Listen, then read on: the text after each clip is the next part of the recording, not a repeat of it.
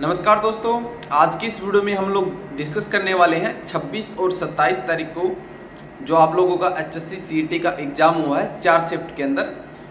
उसमें क्या कुछ कट ऑफ जा सकती है अपने जो नर्सिंग और पैरामेडिकल से रिलेटेड जितनी भी वैकेंसी है उनके लिए, जो मेंस एग्ज़ाम में बैठने के लिए, क्योंकि उसमें 10 गुना की जो कंडीशन है, ठीक है, वो सब चीज़ें हम यहाँ पे कवर करने की कोशिश करेंगे। इसके अलावा जो नॉर्मलाइजेशन है उसका क्या कुछ इफेक्ट पड़ने वाला है आप लोगों की जो शिफ्टिंग वाइज जो एग्ज़ाम हुआ है उसके अंदर, ठीक है, तो वो सब चीज़ें भी मैं यहाँ पे बताने की कोशिश करूँगा।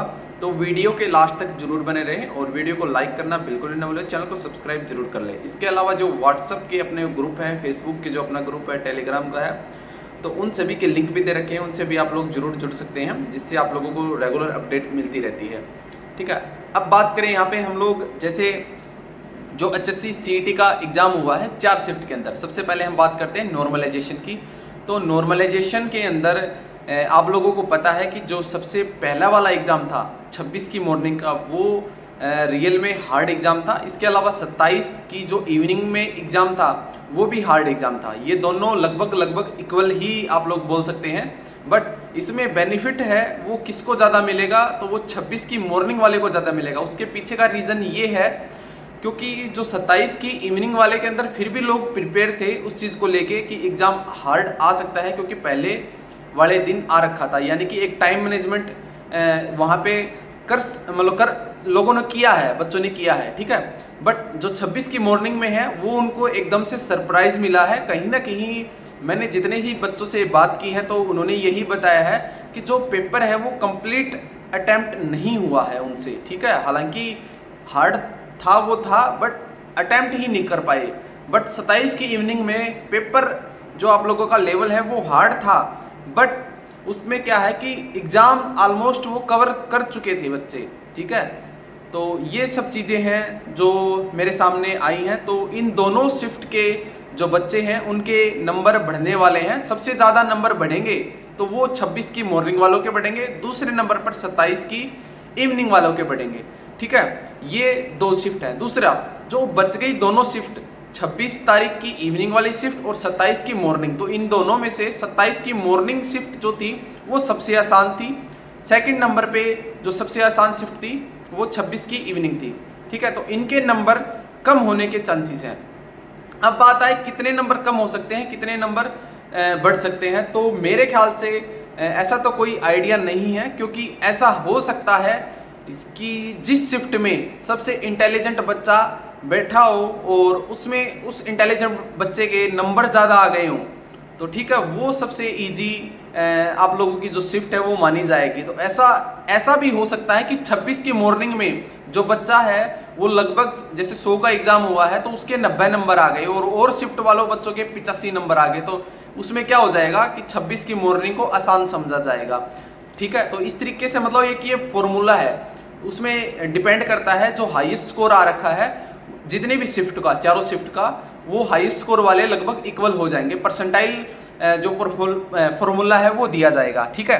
तो हालांकि ये जब फॉर्मूला बनेगा तो जब भी एक बार आपकी जो OMR सीट है उसके बाद आप लोगों को एक्सप्लेन जरूर यहाँ पे करने की कोशिश करेंगे। बट अभी ये मान सकते हो आप लोग कि 5 से 7 नंबर जो 26 तारीख की मॉर्निंग वाले शिफ्ट वाले बच्चे हैं उनके बढ़ सकते हैं, ठीक है।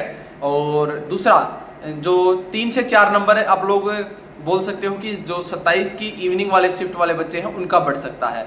अब बची हुई दोनों शिफ्ट जो मैंने इजी वाली बताई है और सेकंड इजी वाली बताई है, तो वो अपने इसी 4 से 5 नंबर कम कर सकते हैं और 3 से 4 नंबर कम कर सकते हैं। तो यानी कि जिस किसी भी कैंडिडेट का जितना भी स्कोर बना है वो अपने हिसाब से आप लोग लगा सकते हैं, ठीक है।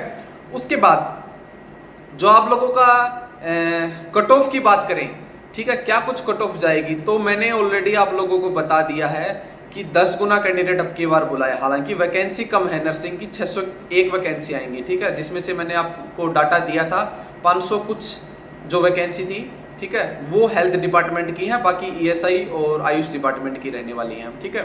तो हालांकि वैकेंसी जब आएंगी तब दोबारा डाटा मांगा जाएगा, तो हो सकता है वैकेंसी थोड़ी इंक्रीज भी हो, बट ये कन्फर्म है कि 601 वैकेंसी नर्सिंग की कन्फर्म आने वाली है।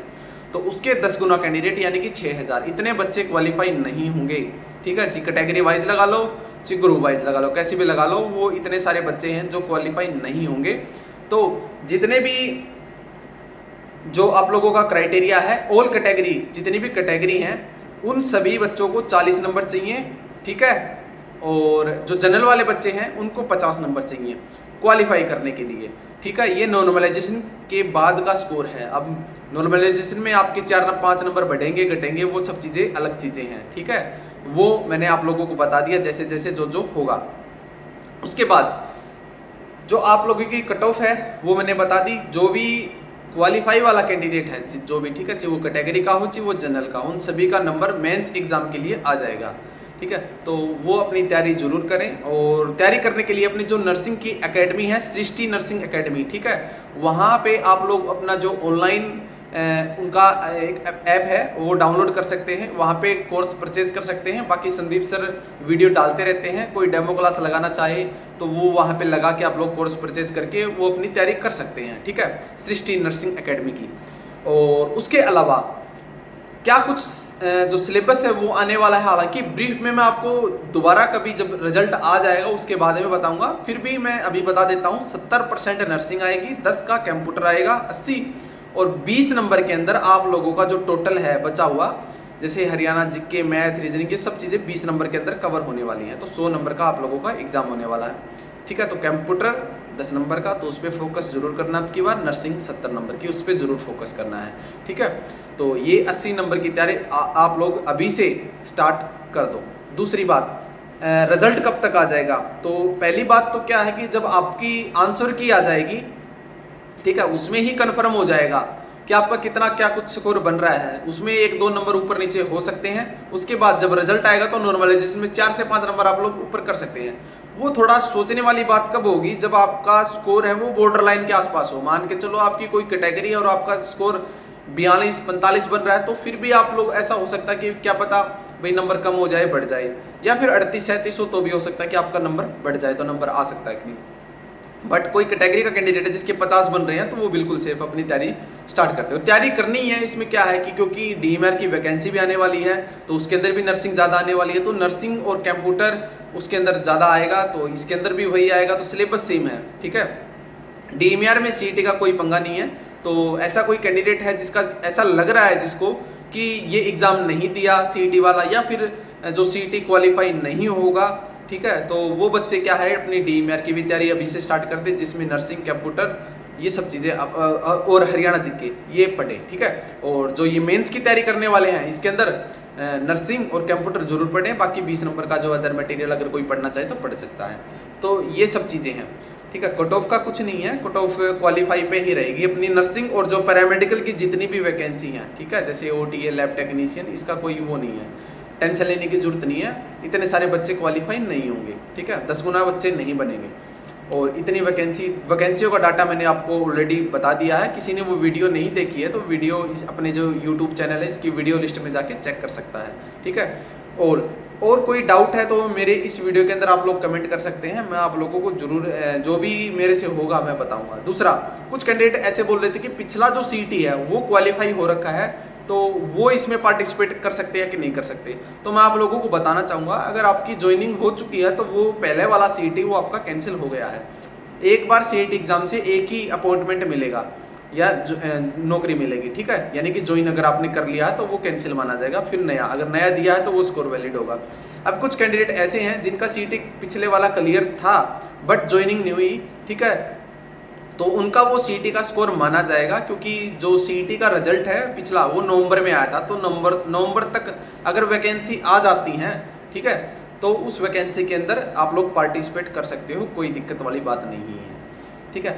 तीसरी चीज़, अब जो आप लोगों का एग्जाम है उसकी आप लोग अभी से तैयारी स्टार्ट कर दो, क्योंकि ज़्यादा टाइम नहीं मिलने वाला, ठीक है। रिजल्ट कब तक आएगा तो मैं आप लोगों को बता दूं, अभी जुलाई चल रहा है और कल या परसों में तो आंसर की आ जाएगी आप लोगों की, ठीक है। 99% कल ही आ जाएगी, नहीं तो परसों तो आपकी 100% आने वाली है।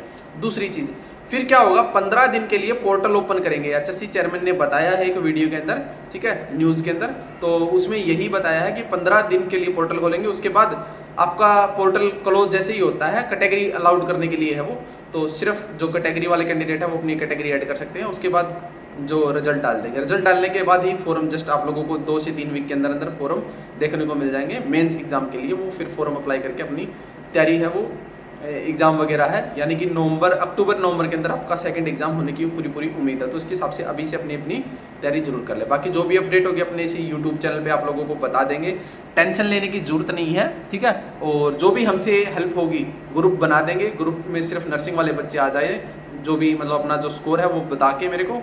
और मेरी इंस्टाग्राम आईडी है, कोई भी कुछ भी इश्यू है तो manish.pandit नाम से है, उस पर आप लोग जरूर विजिट करें और मैसेज कर सकते हैं, आपको जरूर रिप्लाई मिलेगा सिर्फ इंस्टाग्राम पे, ठीक है। और अभी के लिए इतना ही। और जितने भी ग्रुप है अपने, वो जो अपने ये वीडियो है इसके डिस्क्रिप्शन के अंदर लिंक दे रखे हैं, वहाँ से आप ज्वाइन कर सकते हैं। अभी के लिए